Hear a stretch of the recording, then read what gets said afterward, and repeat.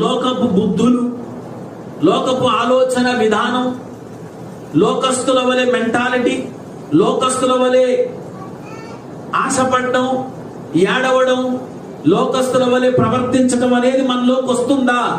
ఎందుకు వస్తుంది? ఎందుకు వస్తుందంటే లోకముతో నువ్వు ఉంటే నీకు లోకమే నీలో ఉంటుంది. లోకము నీలో, నువ్వు లోకములో ఉంటే లోకము నీలో రావడానికి ప్రయత్నం చేస్తూ ఉంటుంది.